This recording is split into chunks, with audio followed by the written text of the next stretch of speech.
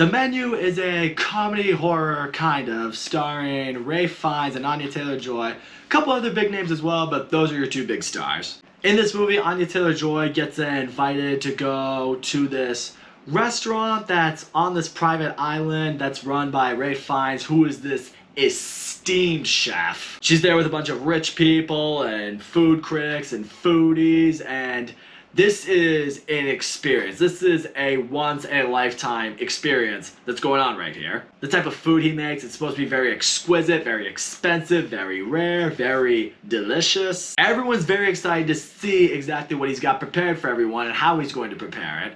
What they don't know is once they get there, some really dark, messed up shit starts going on. I didn't really know a whole lot about this movie. I mean, I had seen one trailer for it throughout its marketing, but not enough to really know what the movie was going to be. I knew people were going to this restaurant, Ralph Fiennes was this great chef, and, you know, some really bad stuff was probably going to happen. I had my theories, I had my predictions, but I didn't know definitively what the movie was going to be. So getting into what I really liked about this movie. Okay, Ralph Fiennes and Anya Taylor-Joy, they are both unbelievable in this movie. Ralph Fiennes plays exactly what you would expect the chef of a very high-end, high-functioning, very fancy type of restaurant would be. Like, he's eloquent, he's obsessive, he wants all of his dishes to be perfect, like perfect tasting, perfect looking, runs his staff on an extremely tight ship, wants the customers to get essentially what they paid for. Stern, rigid, kind of emotionless, but it worked. It's what I would expect from a chef of this caliber, so I thought he nailed it. Also, Anya Taylor-Joy, I really loved her character in this movie because she is the fish out of water in this whole restaurant. Everybody else who was here, even Nicholas Hoult, who she's accompanying, they're all dying to try this food. They're all super excited about this food. They're all obsessed with food. You know, you have guys who come from money, like the investors. They're really just interested in trying this food. They have the money to do so. You have the highly esteemed food critics who basically get invited onto this journey to try this food because the chef wants recognition. You have other characters like Nicholas Hoult and John Leguizamo's characters. They are just foodies and they want to try it. Anya Taylor-Joy is just here because she got invited. She's not all keen on, ooh, let me take a picture of this food before I eat it. Oh, let me make sure my palate is completely cleansed before I eat it. And, you know, because she's not really a foodie, she's not really too impressed or keen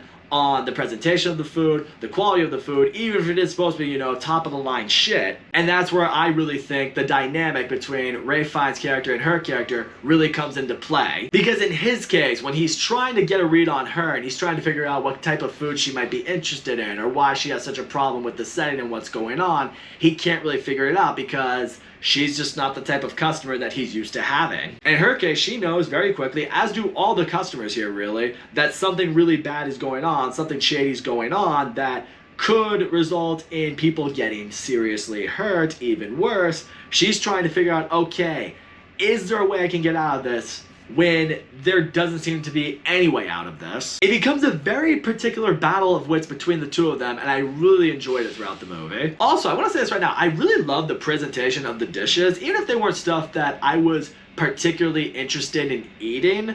They looked really good. Like, they just looked beautiful to look at. I love, like, you know, when they present the dish, they show, like, all the ingredients that are in it.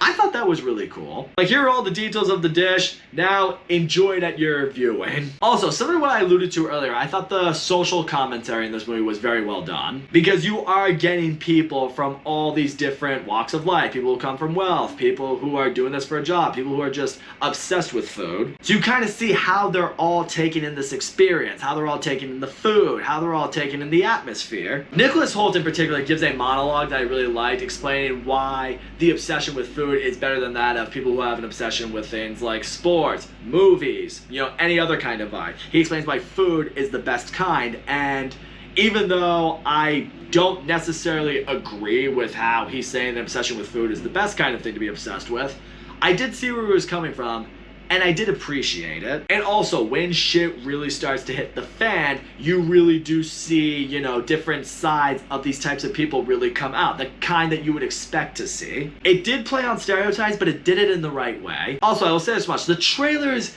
kind of make you understand exactly what's going to happen. It kind of gives you the sense of what is going underway with some of these characters. And even still, like, not even like halfway through the movie when something really crazy happens, you kind of realize, okay, so the movie's eventually going to end this way. But what I appreciated is the mystery in this movie has you wondering, okay, how is it going to be executed? Exactly how is it going to end this way? And that's kind of what makes you stick around. The mystery of the movie isn't exactly, you know, solving whatever the crime is or something like that. The mystery in this movie is seeing how the crime is going to happen. As far as flaws with the movie go, however, the movie's labeled as a comedy horror, but I don't know if I would really label it as a comedy horror. And what I mean by that is simply the fact that this movie never really felt very much like a comedy and all that much like a horror. Does it have some moments that are funny? Yes. Moments that even made me chuckle? Sure.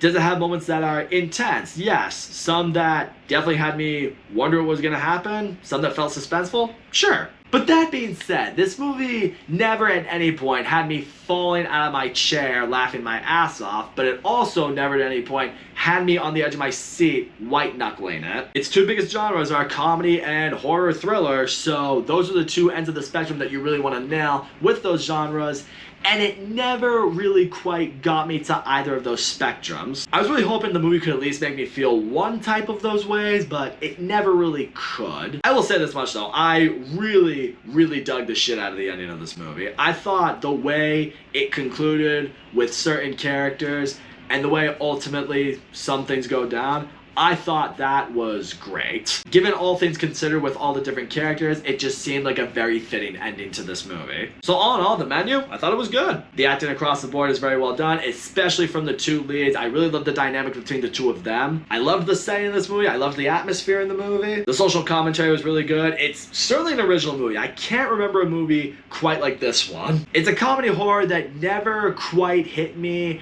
as hard as it should have on either side. But in the end, this was a good time at the movie theater, and I'm going to tell you this much, the movie made me hungry.